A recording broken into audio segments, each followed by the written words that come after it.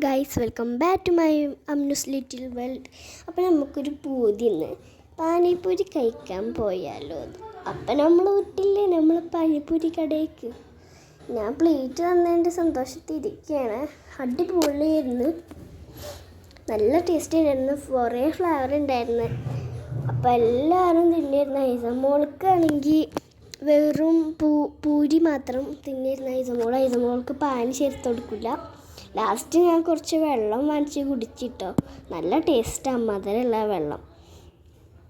പാനിപ്പൂരി ചിക്കനാണെങ്കിൽ എല്ലാവർക്കും കൊടുത്തതിൻ്റെ ശേഷം നമുക്ക് തരണമല്ലോ, അതുകൊണ്ട് നല്ല ആസ്വദിച്ച് കഴിക്കാൻ പറ്റി. എനിക്കിതിൽ ഏറ്റവും നല്ല ഇഷ്ടം പാനിയാണ്. പാനിയുടെ ഫ്ലേവർ മധുരമുള്ളതാണ്, അതാണ് എനിക്കിഷ്ടം.